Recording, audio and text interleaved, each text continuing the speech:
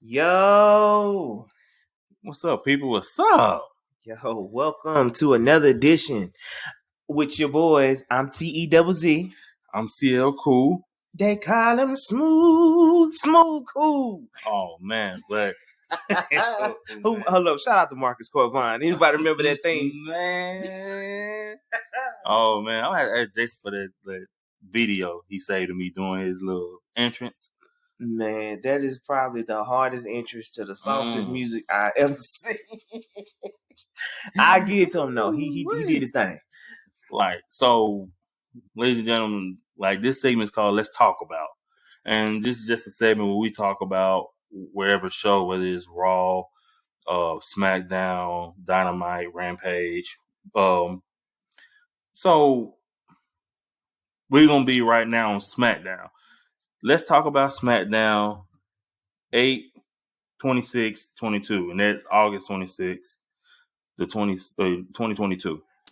And this show was pretty good to me. Like the pace of it, they got down to business on certain storylines and building towards Clash at the Castle. So they really did a good job with this show to me.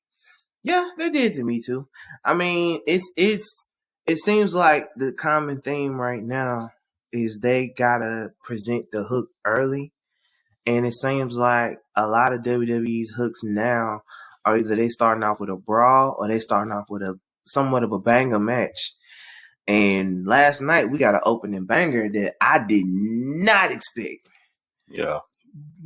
Both of these cats, when we're talking about Ricochet and Happy Corbin, both of the cats to me, even though a lot of people like to hate on Happy Corbin, he's a good worker to me. He's always been a very decent worker to me. Probably not some of the best gimmicks, as far as when he had the game when he worked at Applebee's with the white shirt and him and Lacey Evans, with the white shirt. And then, he was Bum Corbin when he was broke out on his luck. That gimmick was good to me. But he's always been a solid worker to me, and I think he get a lot of flack. Well, I think it's because the dude got a very punchable face, which is ironic because he was a Golden Glove boxer. But he plays his dastardly character so well. Very well. It's like you can't help but dislike him. Like to me, he's one of those people that I believe he was back in the early days, like the 70s. He be one of them people that the rugged fans would try to stab. Yeah. At the end of the show. Yeah, I like him. I like especially when he was when he was down on his luck. Corbin, to me, that was like one of his best gimmicks, other than his NXT end of days gimmicks. You know what I'm saying? Oh, and let me say this too: we're not condoning violence against the wrestlers. Let me throw that disclaimer out there, because there is a history of that, and we can talk about that on a later podcast. But there was a history once upon a time when people took it too far and forgot it was a show. Yeah, and tried to stab and brawl and mangle your favorite wrestlers, which is crazy to me. Which is awesome, but yeah, we don't condone it. We don't. So, go ahead. So the first match, Ricochet defeats Happy Corbin, and to me, like you said earlier, it was a great match. It was a good match, and I know you're surprised it was a good match, but I'm not that surprised because to me, Happy Corbin is a great worker. Plus, Ricochet is good in his own right, but. You know what I'm saying? I like that match, and it looked like after the match, I think like McAfee called like a bum and all that. I don't know if they're trying to go into his, because he's been like on a losing streak lately. So I don't know if they're trying to go back to that bum Corbin down on his luck gimmick. But if they are, go for it. You know what though? It could give birth, because I was looking at how he was wrestling last night. Yeah. It could give birth. Oh, my bad. It could signal the rebirth of the Lone Wolf. Yeah. Now that probably, as far as in ring goes, I'm gonna give it to him. That was probably my favorite version. Okay. If it had to be characters. Okay. But so after that we get the second chance fatal 4-way, because Toxic Attraction lost, right? So not lost, but they got hurt. They were injured, so they had like a second chance fatal 4-way to see who's going to fight Raquel Rodriguez and Aaliyah later on that night on SmackDown. to see who go to the finals and fight on Raw next week. I think they need to quit playing because, to be real, if you look at right now the way these brackets are going, that's the second tag team that they've been taken out. So I don't know what this is leading up to, but it seems like these brackets are a little cursed. Cursed, man. I was about to say the same thing. I don't know, but so Sonya Deville and Natalya defeated Shotzi and Zia Lee, Nikki ASH, and Doudrop, and Dana Brooke and Tamina, and to advance and fight later on, for their final spot, and we'll get to that. But did you see that spot? It looked like Nikki ASH may be hurt. Yeah. Yeah. Did you see that spot? Yes. Yeah, that was scary for me. She takes some crazy hits. She takes some crazy hits. Now she was doing that back when she was Lunatic Nikki Cross. I know. It's like she would always be the one to take the hardest bump or to get thrown off of something or whatever. Like, I'll give her props. To me, she's like trying to solidify herself as somewhat of a female Mick Foley. Yeah. The way that they use her, because she's always going to take the ugliest bump in the match. Yeah. And last night, she took the ugliest bumps in the match. Well, yeah, I kind of winced at it, but that match was okay. Sonya Deville got the pinfall win. That match was okay, but to me, it was okay. It was just an okay match, I appreciate them letting Auntie Tamina do some things. And like Auntie, now, I don't know if y'all see what I see, but every time, I don't care what faction Tamina's in, at some point she looked like the angry auntie hanging out with her nieces and nephews. And she always had that look like, y'all need to sit y'all down somewhere.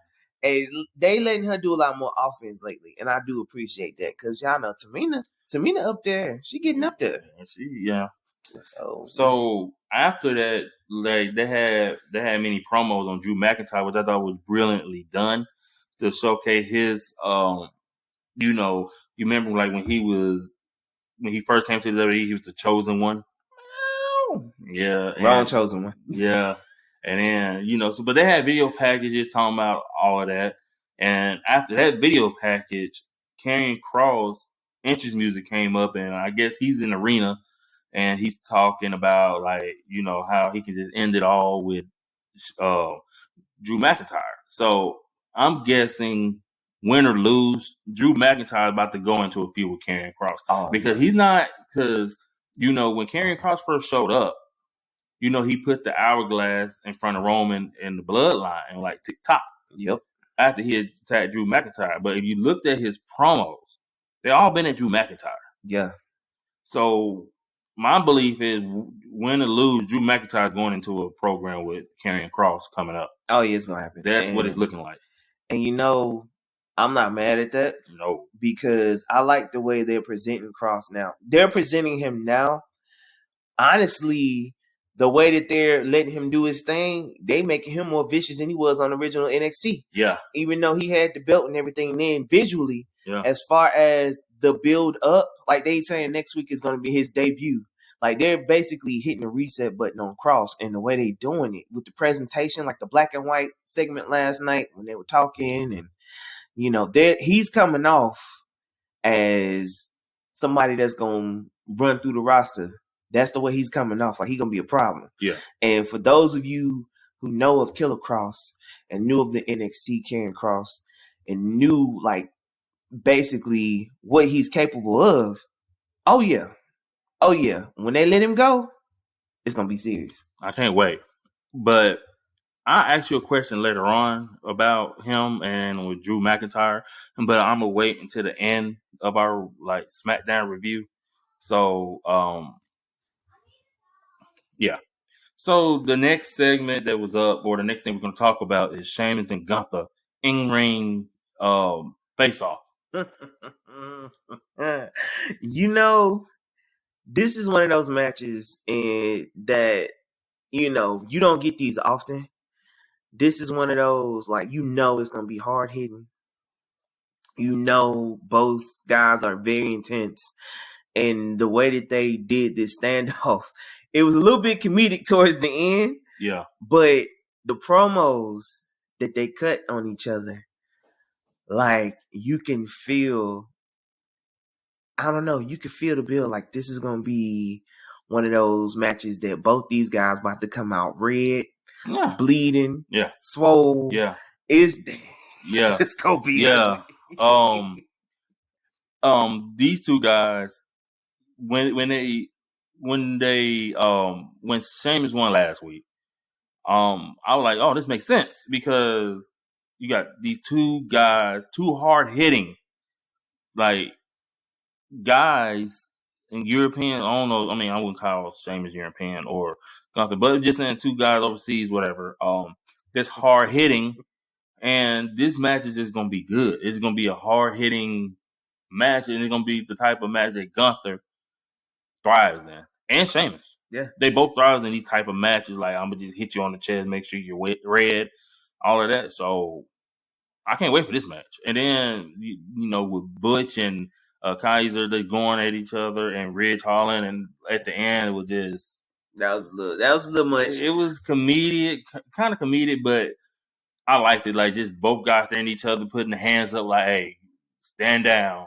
Yeah. To me, it was kind of comedic, but it kind of made them seem like tough guys. Like, okay, like you know who the boss is. Hey, stand down. Hey, chill out. Like, and they're still looking at each other. So I liked it. I thought it was brilliant. I thought it was brilliantly done.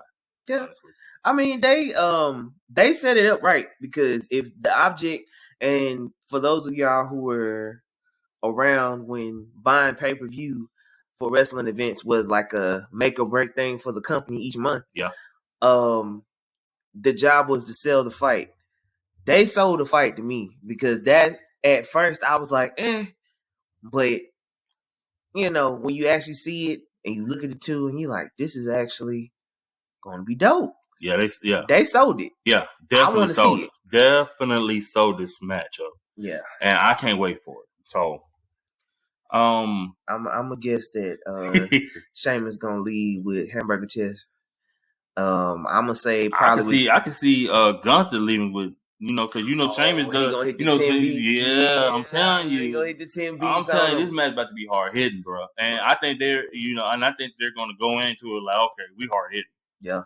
So it's gonna be a stiff one, and that's another term used in wrestling. Mm-hmm. It's gonna be one of those ones because y'all remember the Wade Barretts and people like that would come into matches where you just knew even some Mark Henry matches were stiff. Yep. Like you knew Finley. Yep. There was certain wrestlers where you knew when they came into a match, it's gonna be Hardcore Holly, the Acolytes, yep, or the APA. You're getting beat. You're getting beat. Yeah. You might win the match, but you're gonna take a beating. Yeah. So, and you know what? It's a lot of people that got stories from back in the day about the Road Warriors doing that to people. Yeah. Like they used to beat people up on the road. I mean, because they also come off an era where that was when they did that type of stuff in the territory. So a lot of them guys grew wrestled through the territories, and you know they experienced that. So that's all they knew. I don't know about you. I wouldn't have signed up to be no jobber back then. Oh, but ain't no Brooklyn Brawler, no nothing. Nah, you ain't finna break me in half for this little $50 I'm getting paid. It might have been more than that, folks. I don't know, but it seemed like to get beat in about 5 minutes, I don't see them wanting to pay you that much. They'll probably tell you, "Oh, that's the exposure." Nah, I'm good. Oh, it's my ribs getting exposed to the world. I'm like, yes, sir. So next up, the women's tag tournament, you have Raquel Rodriguez and Aaliyah defeat Natalya and Sonya Deville, and you had Bayley, Dakota Kai, and Io Sky, not Io Shirai people. Io Sky was watching at the commentators table. So we know next week on Raw is going to be Dakota Kai and Io Sky versus Raquel Rodriguez and Aaliyah in the finals for that belt on Raw. You know, they've done a good job with Aaliyah. Yeah. I would give them props on that because I remember her NXT and I remember the show Battlegrounds. Yeah. On the WWE network. And her struggle back on Battlegrounds and just watching her go up and down on NXT, finally make it to the main roster. Still struggle. Now she's actually in the finals of the women's tag team tournament. They've done really good with her. And to my surprise, honestly. Yeah, because I didn't know where that was gonna go, to be honest. But she's a lot better than what she was, and she's got a good partner that she can ping off of. I'm still hoping, like a lot of people, that they win, and then all of a sudden, or actually, this would actually play off better if Dakota Kai won. I think that's and gonna then happen. The lights go dark or something crazy. Then all of a sudden, here comes Sasha and Naomi. And I think they're gonna come back with, we the real champion. We never lost it, which is true. That's true. So I have Raquel Rodriguez and Aaliyah winning because I think they're about to push Raquel Rodriguez. Yeah. I don't think she's gonna win the tag team titles, but I think she's going to, lose to Dakota Kai and Io Sky, and I think they're gonna push her. Yeah, I mean, she's gonna be. To me, she's always gonna be seen as a star potential. Mm-hmm. Like, she's not on the levels of a Rhea Ripley as of yet, or somebody like that, and that's mainly just because of her character. But as far as her in-ring ability and where she's going right now, I mean, it's there. I think she will be. I think she's gonna get there, and I can't wait to see what they do with her. Honestly, I really can't. She's gonna be a beast. This is the same woman that had Braun Strowman on her back. Y'all let that marinate for a minute. She carried this man around like a baby. Leave her little boo alone. That little boo? My bad. Her big man. I'm about to say it, but then again, this man did dress up as an elf. But that's a whole nother topic. Okay, so we're gonna get into all this. We're gonna get into all this segment. Maxine Dupree recruited. What's that? Los Leteros? Whatever. Los Lotharos. Yeah, to help Maximum Male Models with Hit Row. So, they sprayed a bus. You know what I'm saying? Then out comes the Street Profits. Like, what in the world's going on over here? Like, y'all spraying our bus. And then later on in the show, Street Profits, catch up with Hit Row. Yeah. And then, you want all the smoke? Hey, let's go get all the smoke. And to me, they walked off and find they about to go smoke some weed. Because we want all the smoke. What's smoke? Yeah, truthfully, but I don't want to get into all that. Yeah, let's go big. But I'm just letting man, it was like a 7 for segment. Maximum Male Model spray a touring bus.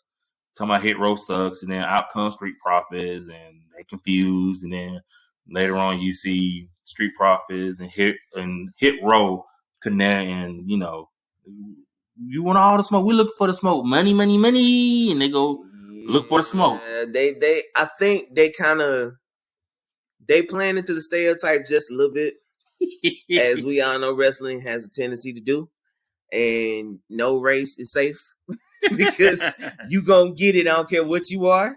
I mean, we got full-fledged Vikings running around right now. I mean, It don't matter what you are. They gonna play into what you are, what your background is.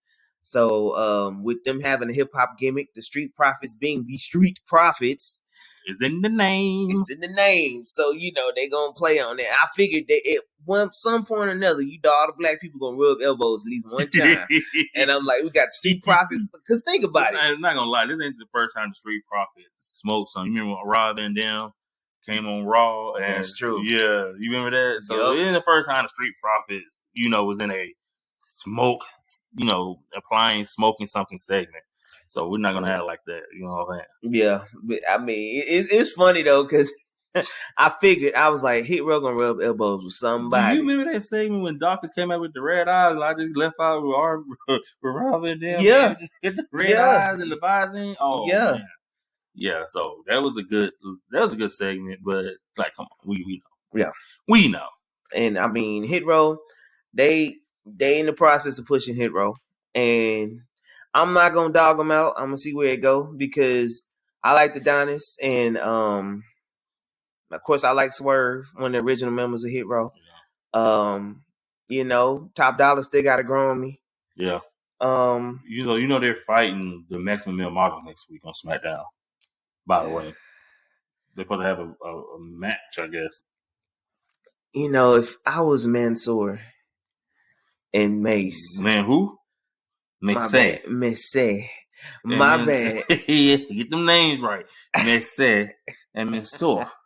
Basically, it's like Mansoor. You know what? Like, It's like when everybody said Beyonce's original name was Bianca, but then she got money, so it turned into Beyonce. Yeah. It's like, of course, that's not true fact to my knowledge, but it's like when people say they take regular names and they get uppity and they want to decide, oh, we're this and we're that. Mm-hmm. The way they took their names and changed them up, I mean, I give them props. It's a rebirth, but Messy. I don't know, man. I like Dupree. I've always been a fan of his ever since Eli Drake. So did you like when he was like LA Knight? Did you like the LA Knight thing? I don't think they gave LA Knight time to flourish because just as it was getting going, they pulled him. Yeah. So it was like he was just starting to get going, and then they're like, "Okay, we need you on the main roster," and then you change his name. Yeah. And it's like, all right, Vinceism. Yeah. Anyway, so then you get to the New Day in the ring, and Xavier Woods in a wheelchair. You know, they look defeated, and you know they're kind of like just talking in the ring. And the Viking Raiders, you know, come out and they think they smell blood because they see an injured. So they thought was an injured Xavier Woods, and you know, we're coming to take you out. You're a wounded animal. We're coming to take you out because you're a wounded animal. And you know, the Viking Raiders got tricked. Xavier Woods was hiding kendo sticks, and you know he gave one to Kofi Kingston. They beat him with the kendo sticks. Yeah, that was that segment. Kendo Kingston. Yeah. You know what though? I'm gonna give them props on the promo leading up to it because they really, for a second, until the Viking Raiders came out, for a second they had me think that I didn't think the New Day was gonna break up because that's where the verbiage was taking it. Yeah, but I thought for a second that we was gonna see a shift in the New Day, like maybe a more grittier New Day for a second.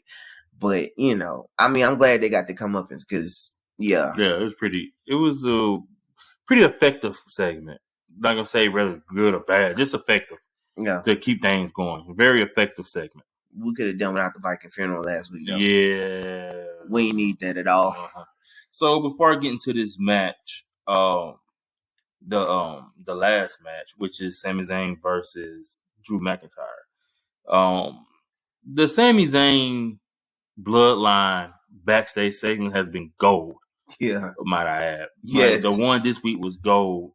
Like just gold. Like Sami has shown that he can pretty much step through any realm. Yeah. Like from the empty arena era, even before, like y'all remember El Generico. Yep. This man went from El Generico to fast forward to now, mixing it up with the Bloodline. And his character has gone through so many transformations. And every time they do it, he hit it out the park. Yeah. Like, so, like, have you been seeing the dynamic that, like, with the Usos and Sami Zayn? Like, Jey Uso's getting kind of jealous of him in a way, like, Jey Uso was getting hood last night. Yeah, and Jimmy's kind of like laughing with him, you know, laughing with Sami Zayn, and like we all know Roman Reigns using this dude. Oh, of course. Go keep him distracted. You know what I'm saying? And you know, it's only a matter of time. And it's going to happen probably in the worst way. But rumor has it he's going to be with Owens. Yeah. He could have some backup. So if ever the Bloodline decide they want to stomp him out, perfect time. KO make the save. He back in prize fighter mode. That's his boy. Let's do it. That'll be perfect. Let's do it. So we get into the last match. Drew McIntyre versus Sami Zayn, with Drew McIntyre hitting Sami Zayn with a Claymore. The match was, you know, it was okay. It wasn't a great match. It was okay. It served its purpose, and its purpose is to get Drew McIntyre another win before Clash of the Castle, and to get sympathy or heat. Get sympathy with Drew McIntyre and get heat with the Bloodline, which they did. Oh, they got nuclear heat. Nuclear. Because these cats was like the roaches you can't kill. Like, they was all over the place. It was like Drew versus the world. I felt sorry for Drew. I was like, man, you need to make some friends. Quick. Everybody, every time he tried something. Now, I give him props. He held his own. But numbers game, baby. We already know. It's going to get the best of you. I don't care who you are. Yeah. And sure enough, they took him down.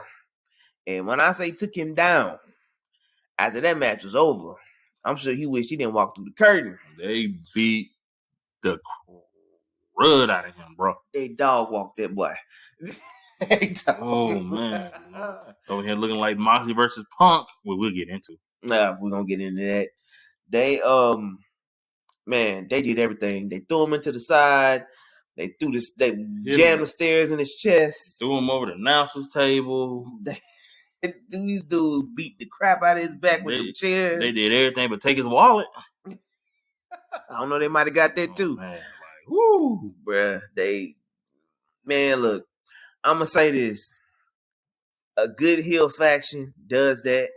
NWO was notorious for that because you had 50 members on any given night, and it might not even be the same 50. But you had Virgil, Scott Norton, all these folks, Buff Bagwell, like doggone one night, Kurt Hennings in it, Rick Rude, man. You had everybody. And of course, you had Macho, Disco, Hogan, Giant at one point, Hall Nash, man, Eric Bischoff, Ted DiBiase, Six. We ain't done. Jeff Jarrett, Bret Hart, Scott Steiner. NWO had so many members. Stevie Ray. Yeah, Stevie Ray was in it at one point. Yeah, I know. Look, Sting, Lex Luger. Bruh, at the end of the day, if you was fighting a faction, that what happened to Drew last night was possible. And sure enough, they are proving. I'm going to get a bloodline props. Now later, boy. But see, he going to have some backup. Please. Because at Clash of the Castle, in order for that not to happen, either Sami going to have to wise up or I don't know. But so there, like I said, that was good. That was a good way to end the show. And with the shot when him putting the chair down with the two belts, with everybody throwing up the one was a brilliant way to go off there. Bruh, that was album cover worthy. Brilliant. Brilliant. Boy, that was diss track cover art right there. Like that right there. Album call on your neck, boy. But hey. On your neck. Doggone Smackdown. Y'all did it again. Oh, it's so great. We're going to go from 1 being the lowest, 5 being the best. So from, what do you give it? I give it a 4. I'm gonna be that dude. I'm gonna give it a 4.2.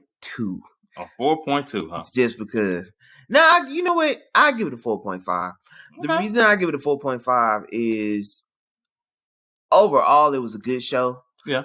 It slowed down around some of the, I will say, the second women's match. Yeah. So it had some slow points. No, I love women's wrestling, so don't put it out there that I don't like women's wrestling. I love women's wrestling. But sometimes, like, even with some of the guys, some of the matches, they'll slow the pace of the show. And it's like, all right, that wasn't as good as the other stuff. But I say it kept me in. Yeah, by the way, I'm not really like the Liv Morgan stuff. I forgot about the Liv Morgan stuff. Ooh. Wait, they didn't even do nothing last night. Yeah, I know. And that's actually shocking because last week Ronda Rousey with the getting arrested and Liv Morgan getting embarrassed and I was like, okay, they'll probably do something. They already like promoting it, like Ronda's Judgment next week, so they're already promoting it. You know what though? I figured the way this was gonna go, and I don't know if y'all caught the little subtle hints of the turn. When Ronda Rousey, I believe it was 2-3 weeks ago, when she walked past Shayna Baszler and she was like, "You used to be a killer," And they looked at each other, and Shayna was like, "That's not how this go. That's not how this goes." She's like, "You used to be a killer." Then she stormed off backstage. Like, the little things like that make me think that we might see an alliance form on screen with Shayna Baszler and Ronda Rousey. And if it happened, it might be the downfall of Liv's title reign. I want to see what happened at Clash, and I'll get back with you. Okay, I'm with you on that. I'm with you on that. Right. So, ladies and gentlemen, that's ending the segment of Let's Talk About Smackdown. And like I said, to me, it was a 4. My boy gave it a 4.5. I give 4.5. Okay.